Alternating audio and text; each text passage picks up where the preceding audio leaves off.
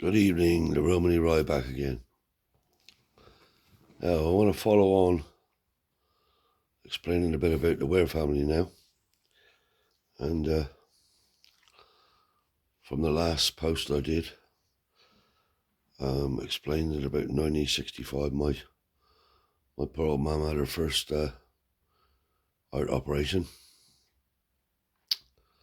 So, heart operations back then was someone else. She was cut from there right down around, right around her back. They opened up her rib cage to get to her heart. So it's a brave old scar, a nasty old scar, I can tell you. Anyway, back at that time, obviously, I was still only a young boy. And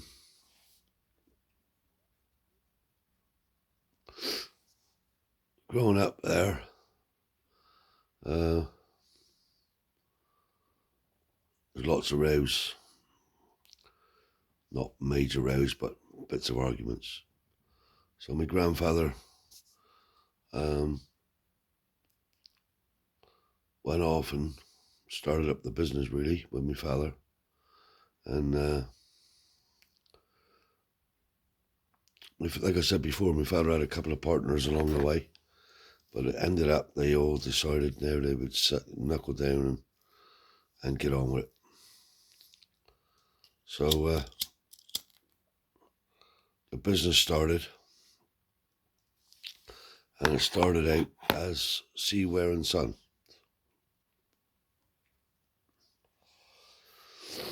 So, don't ask me why, but because Tommy Ware was a plumber. That's my father's brother. He was a plumber. He was invited to join the business. For what reason, I don't know.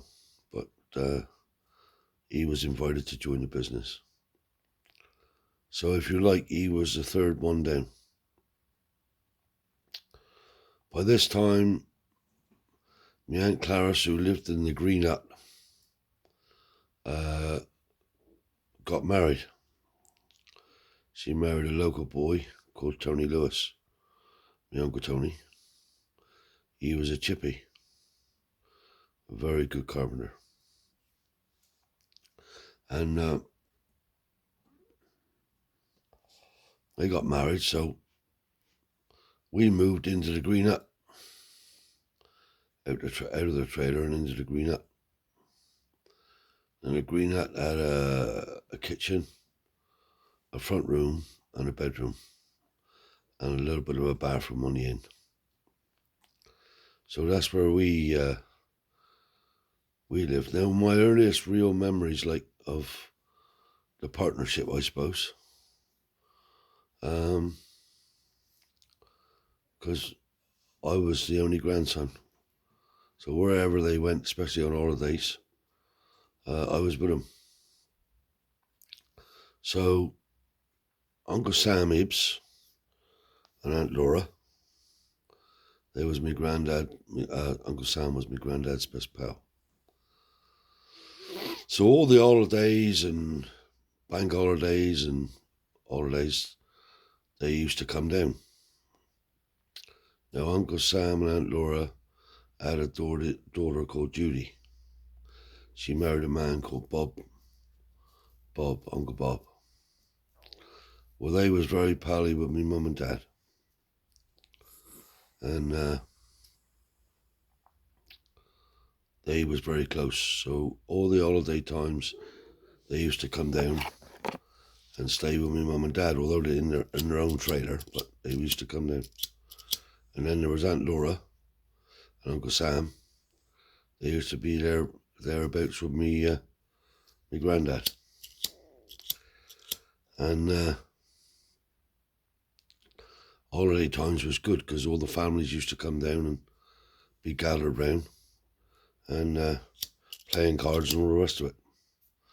So there was a few in the family.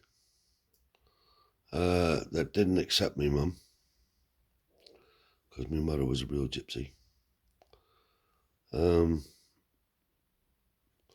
They accepted her, I suppose, because they had to accept her because of my father, but he loved her anyway. So time went on. We moved into the Green Hut, and time was going on, and then all of a sudden the business became Teaware and Sons. Now that upset Harry. That's my father's younger brother, who was he went labouring and working for this one and that one, because Tommy would not allow Harry to be part of the business, and that was a fact. So there was lots of rows over that.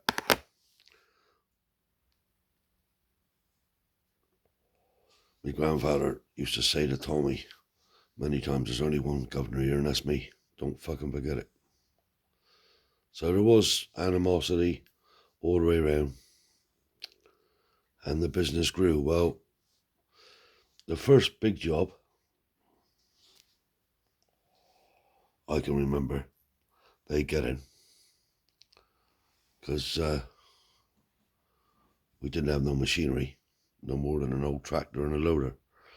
The first big job they got was Freddie Teagle come to my grandfather one day, and he said, the swarf pit down the bottom, I got to get it cleaned out. Clarence, he used to call me Clarence, my grandfather, Clarence. Just as a matter of interest, old man, Mr. Teagle, that's my father's man up at Blackwater, he always used to have to be called sir. And when my father, the lorry would be loaded and he'd call Mr. Teagle out, Mr. Teagle would say, "Oh yeah, you got a fair load there, Brian. What do you think? 3-4 ton?" Yeah, my father would say, "That's right, sir, Mr. Teagle. Yeah, 4 ton. Blah, blah, blah." Paid the man out. Anyway, Fred Teagle was his son. So this swarf pit, and there was hundreds and hundreds of tons in this swarf pit, because they had about 200 machinists there turning steel all the time. Well, the swarf was put into a skip, taken down with a forklift down around the bottom end, drive over the ramp and tip it off. Well, my father went down to see Ernie Shepherd down Ale, and Ernie Shepherd made some inquiries, and provided they had a boatload,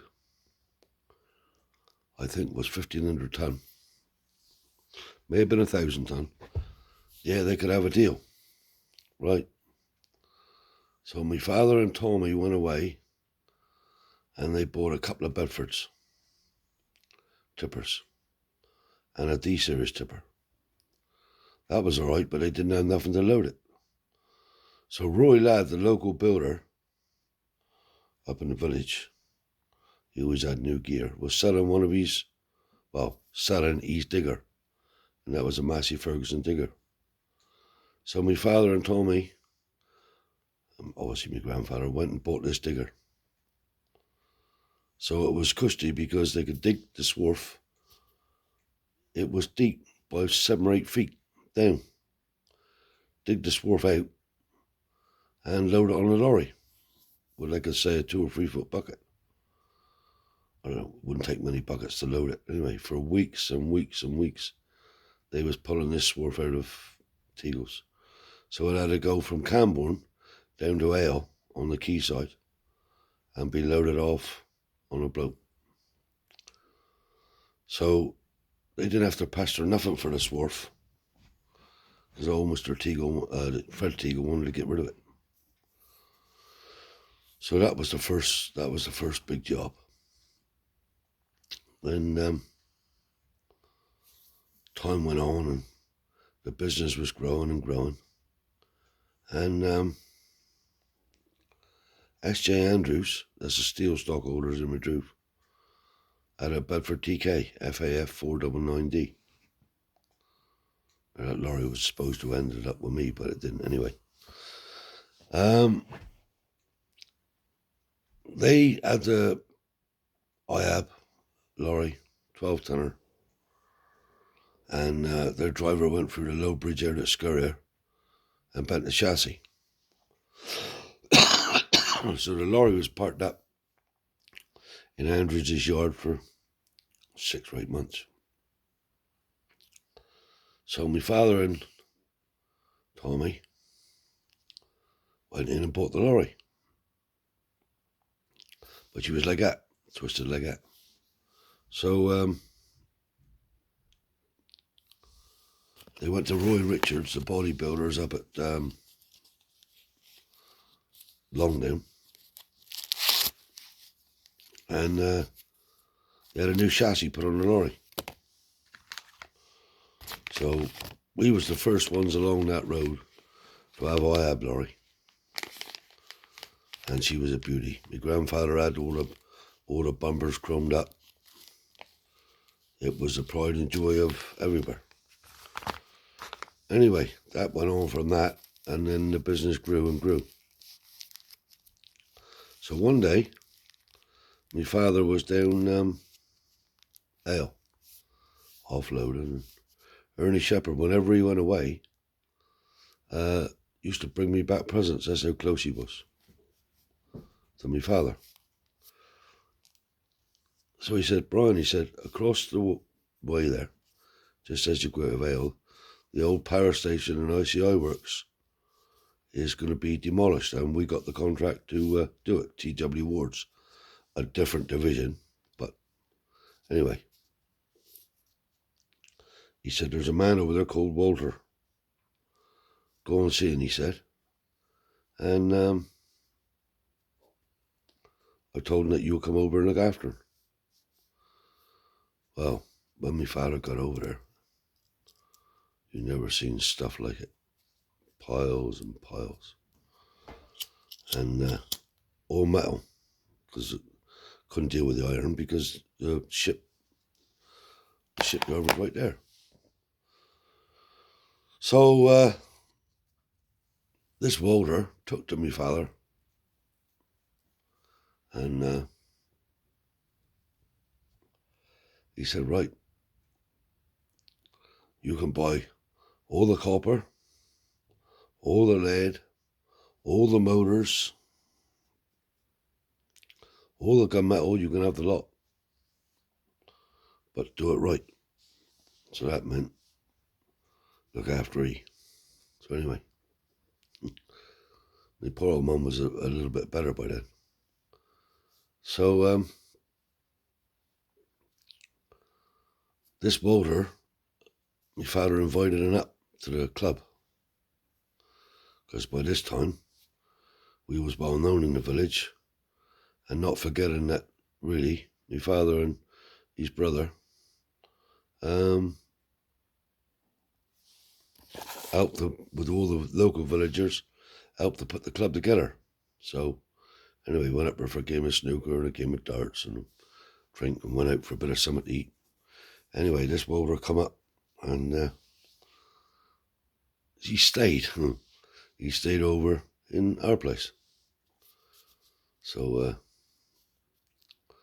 my mother let him sleep in my bed, see? So he was there and lushy. Anyway, next morning my mother got up and made breakfast, and Walter went in and had a wash up, very clean man.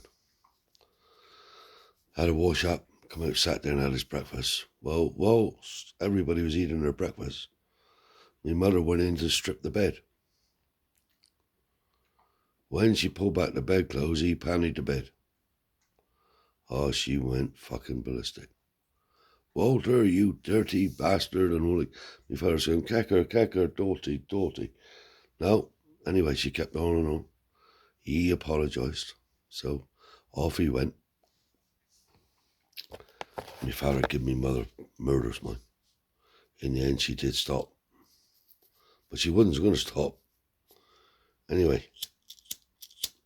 that evening, we was at our bit of scran, sitting down watching the telly. In the yard, drove this car. It was Boulder. Come back with all new duvets and sheets and said how sorry he was to me mother, brought her flowers up and all sorts. But years after, you know, he said to me, I respected your mother from that day on more than she ever knew. He said, I thought the world of her because you know where you stood. Anyway, that job, God straight me dead, there's nothing like it. There was piles and piles of copper cable, transformers, dynamos, gunmetal, brass, you name it was in this place. So, my father and my grandfather and Tommy was flying really. The business was building and building and building. And that's when my father had his first heart attack. Then they're stripping out the big dynamos and boring these big motors out. Big dynamos on rollers. And he had his first heart attack.